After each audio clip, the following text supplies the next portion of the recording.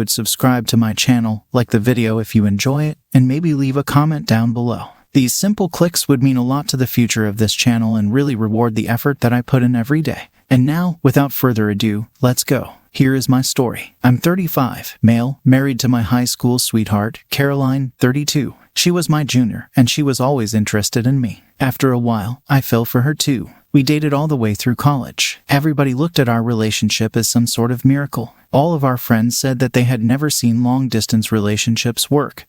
But we did it. Not that it was a piece of cake, but because both of us really wanted our relationship to work. We were so much in love with each other that we were ready to do anything to make it work. After I established my career and she was almost done with her college, I proposed to her. It was pointless to wait any longer, as both of us knew we would not be able to live without each other. We were eager to spend the rest of our lives together. Things changed a lot, though. Things were going well between us like a normal married couple. There was a honeymoon phase where we could not keep our hands off of each other. Both of us made each other the center of our universe. After a few years of marriage, the honeymoon phase faded, of course. However, both of us were still very happy. We lived our days together in love. We made sure to arrange small surprises for each other that kept the romance in our relationship alive. It was not something that was forced. It was effortless and natural. To get into that story, let me tell you about the background of it. I completed my studies in business education. After that, I was ready to handle my dad's business, as I was the only son. He did not impose his business on me. I have always had an immense interest in business. I had visited my dad's office very excitedly when I was a child.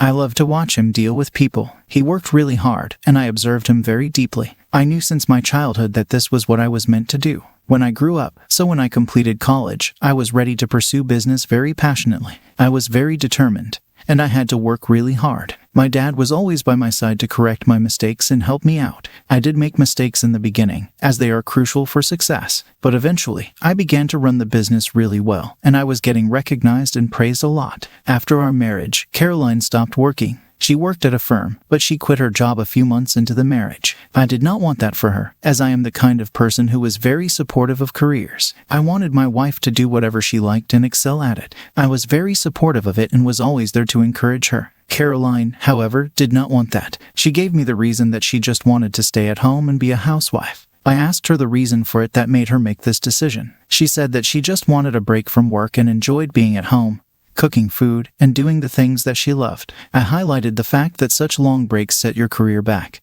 and you find it hard when you return. But it was what Caroline really wanted. Therefore, I had to respect my wife's decision and support her in her choice. I earned a handsome amount of money, so it was not like she was contributing to the house. Whatever she earned, it was hers, as it should have been. I always believed that a man has to provide for his family, and I was happy to do so. However, when she made the decision to quit her job, she lied to me. She said that she was just taking a break for a while, but I heard her talking to her mom on a call. She didn't know I had woken up. She told her mom that she had quit her job forever and that she didn't want to work when she had the option of sitting at home and enjoying what her husband earned for her. It really hurt me. I was hurt not because she wanted to not work, but because she had lied to me about the reason for this whole thing. I wondered why she was uncomfortable sharing the truth with me. I would never have judged her or asked her to not quit her job. I loved her and supported and respected all her choices, yet she thought she had to hide it from me. That day, a part of me really broke a little as I realized that my wife did not trust me completely or was not comfortable enough with me even after all these years. I did not confront her at all, as I did not want her to feel like I was eavesdropping on her conversation with her mother.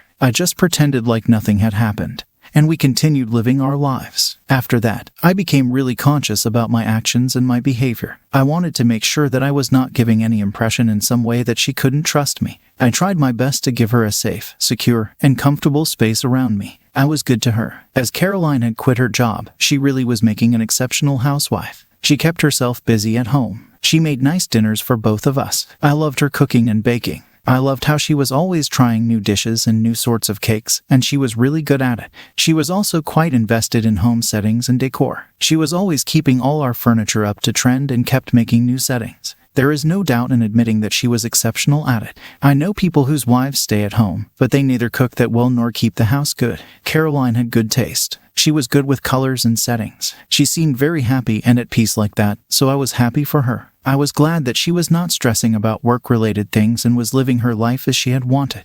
However, somewhere in my head, I still wonder why she had lied to me. Should I read this to be any red flag? Now for the first update. Thank you for your comments. Yeah, I kept trying my best to be good to her. A few months later, a small conflict arose among us when we got to talk about starting a family and having children. It had been 3 years into our marriage, and everything was just great. I just felt like I was missing the presence of my children. And so I decided to discuss this with Caroline. Her reaction was not what I expected at all. She really flipped out, as if I had demanded something without considering what she thought about it. I stayed calm and made her realize that I was not demanding it from her. Of course, I was just trying to discuss it with her as it was something that I wanted and had been thinking about. She got really mad at me and shouted and went into the room, slamming the door behind her. I was completely shocked at the reaction. It was just so abnormal. I was obviously never going to force her for anything that she did not want. It was her body, and it was up to her if she wanted it or not, and I would never force her for something like that. I just found it weird that she was not being reasonable about it at all. How hard was it to talk about it and have a proper conversation instead of barging off and slamming doors behind her? I was mad at her too. After that, I did not know our relationship had become the kind where we could not communicate with each other without her getting mad at me. I decided that this time I would not talk to her or make up for her until she realized her mistake.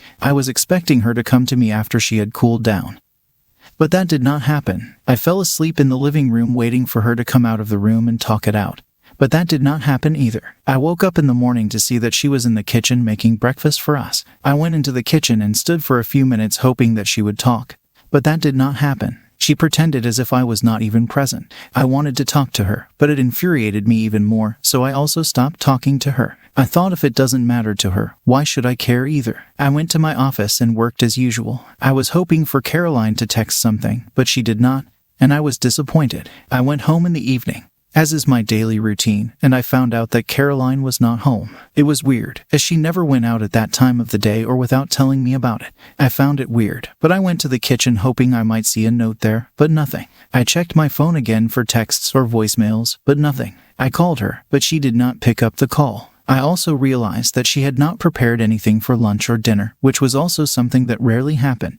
I waited for her to get home, and meanwhile, I made dinner for us. By that point, I was not really mad at her, and I thought I would make up and explain to her what I meant yesterday. I made pasta for us, as Caroline loved it. After I made the pasta, I checked my phone again to see if there was any update. She still hadn't returned any of my calls or texts. I began to get worried because it was not normal, and I feared that she was in some sort of trouble. I made some phone calls to her friends, but she was not with any of them. I began to get really worried. All sorts of weird scenarios began to circle my head. I was too scared. I kept calling her, but she wasn't answering. As I was about to leave the house to go to the police or something, Caroline turned up at the door. I almost cried out of joy and hugged her and then scolded her for where she had been. She acted very casually, as if I was overreacting. We sat down and had dinner. She smiled as she realized that I had pasta for us. She apologized for her behavior, and I also clarified to her that I was just trying to discuss it with her. I was obviously not forcing her to have a baby. I would never do that until both of us were ready to become parents. We made up, and then I told her that I had been worried sick about where she had been when she didn't come home for so long.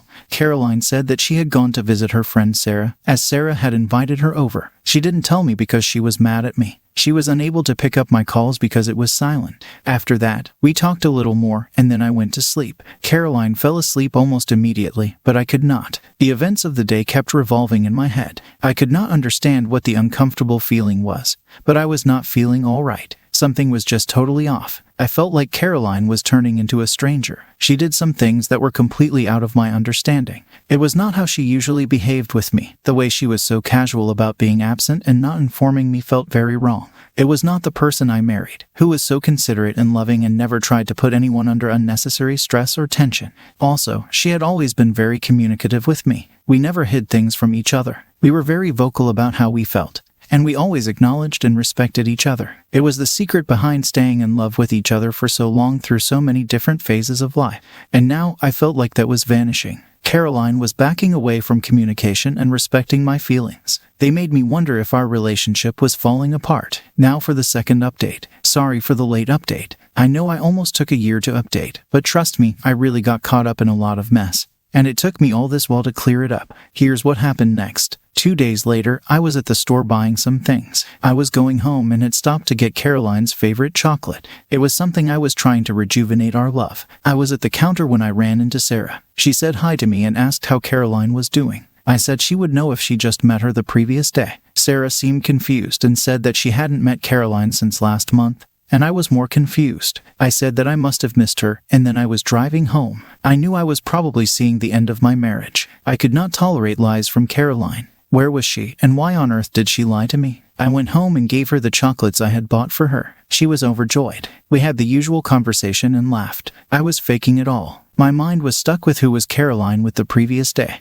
As Caroline went to sleep that night, I snuck out as I could just not stop myself. I took her phone and opened it. I checked her calls and texts. I was surprised to see that she had called my best friend, Simon, 35, very frequently and almost every day. It was very fishy and abnormal. Simon was my childhood friend. He was the son of my dad's best friend. Simon and I had grown up together. We had spent all the stages of life with each other. We went to school and college together, and we took over our father's businesses at the same time. Simon, however, was not as hardworking as I was. He was interested in partying and not doing anything. He never really had an interest in business either and was actually forced by his father to take over. His father did not give him a choice to do something else. Simon was good friends with Caroline, of course, as she had been with me for so long. I liked the fact that they got along well when we started dating because I had seen people with difficulties when their friends and their partners did not get along well. I always wanted my partner to get along with my best friend, and I was very happy when I got that. During the high school and college times, we hung out together and enjoyed a lot. I am glad that I had the two people who were closest to my heart in all steps of my life, my lover and my best friend.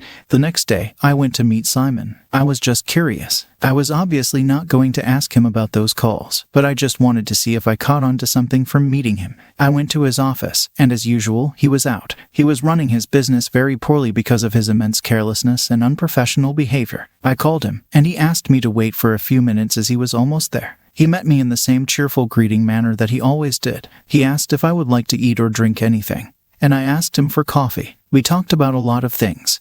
And when I was about to leave, he asked me about Caroline and how she was doing. He remarked that he hadn't talked to her in ages and must invite us over for dinner. I smiled and said that we would love that as a reunion. As I got out of his office, I knew Caroline was cheating on me with this guy. I didn't even need to have proof because I knew that already. It was just something that I could see in his ugly eyes. It was right there, but of course, I needed some proof to go about it the right way. I went home and spent the rest of the day with Caroline.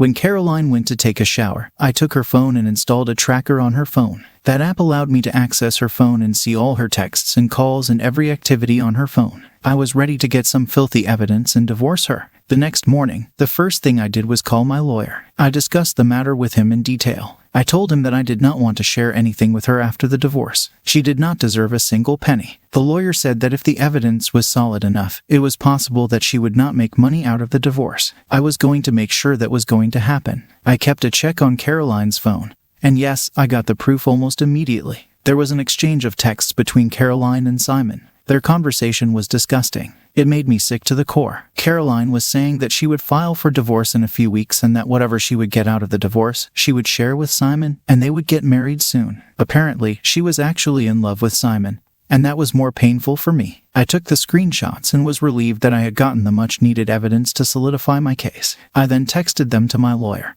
and he said that things were looking really great for me. He immediately filed for divorce and filed a case against Caroline. I didn't go home that day. I had decided that I was only going to see her in the court. I was not going to talk to her or even let her say a single word to me. I could not tolerate her filthy existence around me. I took an apartment on rent as I knew that it would take me a while before the case ended, and I could not be around her. She was sent the divorce notice, and I am sure she was really shocked. She sent me billions of texts asking what it was and where I was, but I was not going to answer. She was going to be ruined in so many ways. The court process began, and I had to go to the court regarding it. Everything was in my favor as I had proof for everything. The proceedings carried on for a few months, but they ended in my favor. During those months, she kept trying to reconcile or apologize, but I pretended like she did not exist. I did not even allow myself to feel the pain that I was going through. Caroline got almost nothing out of the divorce because her intentions were crystal clear to everyone. She had been with me for my money and had been cheating on me with my best friend. My best friend was after my money and success too, and he wanted to get it through my wife. I never talked to Simon again. He never came to me either. He must have known that I would punch him in the face if he ever talked to me again. Simon did not marry Caroline as expected. He only wanted to get the money out of her, but that never happened. When Simon's father got to know about his reality through my dad, he despised him. He was already very ashamed of his loser son because he was depreciating his dad's business every day while I was able to scale my dad's to the next level. The trauma of being betrayed by your wife and your best friend is not easy. I had lost two of the closest people to me who had been with me for so long. Life began to look very hard and ugly, and I was depressed. Thankfully, my parents were there for me through all of this. They stood by me in all the times. My mom convinced me to take therapy and deal with things in the right way. I never wanted to take therapy, but I did it, and I was glad that my mom had forced me to take this step. It enabled me to heal and handle my grief in a better way. I didn't have to stay in the heap of hopelessness and depression. I met Simon a few months later, and I was very depressed in those days. I could not stop myself from lashing out at him. I almost punched him, but I was stopped by the people in the office. Later, I found out that Simon's business was going to be lost. He had lost a lot and had gone through a lot of problems only because of his carelessness and incapability. I threw myself into the business once again as it made me forget everything that had gone wrong in my life. I got better as time makes you forget a lot of things. I had moved on from the extreme pain that was thrown at me. I am proud of who I am and where I stand today despite going through so much in life. The fact that I am able to write down my pain so effortlessly indicates that I have moved on. If you liked it, please support us with a like as well as subscribe to our channel. Write in the comments what you think about the story. Thank you for being here with us.